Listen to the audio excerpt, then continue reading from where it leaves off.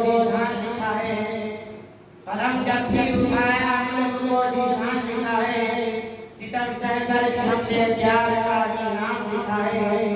हमें नफरत भरी नजरों से हरदम देखने वालों, हमें नफरत भरी नजरों से हरदम देखने वालों, हमारे दिल में झांको सिर्फ हिंदुस्तान दिखाया है।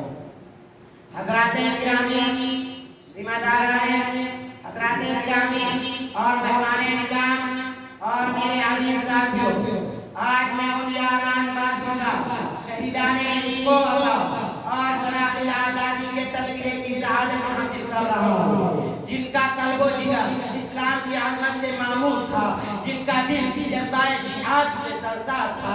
यही वो हज़रात थे जिन्होंने अपनी जानें तो दे दी लेकिन बातिल को कभी पीठ नहीं दिखाया। हज़रात, जब हिंदुस्तान के सरज़मीन पर अंग्रेजों का नापाक साया पड़ा और वह अपनी शातिराना और अय्याराना चालू से यहाँ के मालिक बन बैठे, जब बाशिंदगान हिंद पर तरह तरह के जुल्म और सितम के पहाड़ तोड़े जाने लगे, जब हिंदुस्तानियों को गुलाम बनाया जाने लगा, तो ऐसे नाजुक वक्त में सबसे पहले इस शख्स ने हमें बगावत कर दिया। वो मुहद्दिस कवि शाह अब्दुल अजीज मुहद्दिस देहलवी रहमतुल्लाह अलैह है। शाह अब्दुल अजीज मुहद्दिस देहलवी रहमतुल्लाह अलैह के फतवे ने अंग्रेजों की नींदें हराम कर दी। जगह जगह आजादी के शोरे बोलने लगे, परचम लहराने लगे। मसनद हदीस पर बैठकर कुरान व हदीस के दर्स देने वाले उलमा इकराम और खानखाओं में बैठकर खूनो जिगर से समय इस्लाम को बुलंद करने वाले खानखाओं को छोड़कर मैदान में आ गए। हिंदुस्तान की जंग आजादी में ये उलमा इकराम हिस्सा न लेते तो ये हिंदुस्तान कभी भी आजाद न होता, ये हिंदुस्तान कभी भी आजाद न होता। अगर ये उलमा इकराम आजादी में हिस्सा न लेते तो यह तहरीक न चलती, तहरीक बालाकोट न चलती, तहरीक रेशम रुमाल न चलती, तहरीक खिलाफ न चलती, और हिंदुस्तान छोड़ो तहरीक न चलती, तहरीक न चलती। अलगर उलमा इकराम अपने खून जिगर से इस हिंदुस्तान को सींचा और परवान चलाया। और मैं कहता हूँ कि जंग आजादी सिर्फ मुसलमानों की लड़ी है।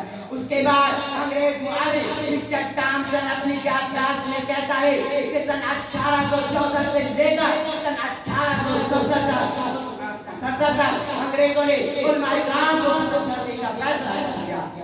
ये 3 साल हिंदुस्तान के बड़े तारीख में अलमनाक साले अंग्रेजों ने 3 सालों में 14,000 उलमा इकराम को तख्तदार कर दिया। टॉमसन कहता है दिल्ली की चांदनी चौक से लेकर खैबर तक कोई ऐसा जगह नहीं था जिस पर उलमा इकराम की गर्दनें न लटकी हो। टॉमसन कहता है उलमाओं के जिस्मों को तांबे से लगाया गया। टॉमसन कहता है उलमाओं को सुअर की खाल में बांधकर चलते हुए अंगारों में डाल दिया गया। टॉमसन कहता है उलमाओं को आंखों पर खड़ा करके दरख्तों पर बांध दिया जाता और नीचे से आंधियों को जला दिया जाता। टॉमसन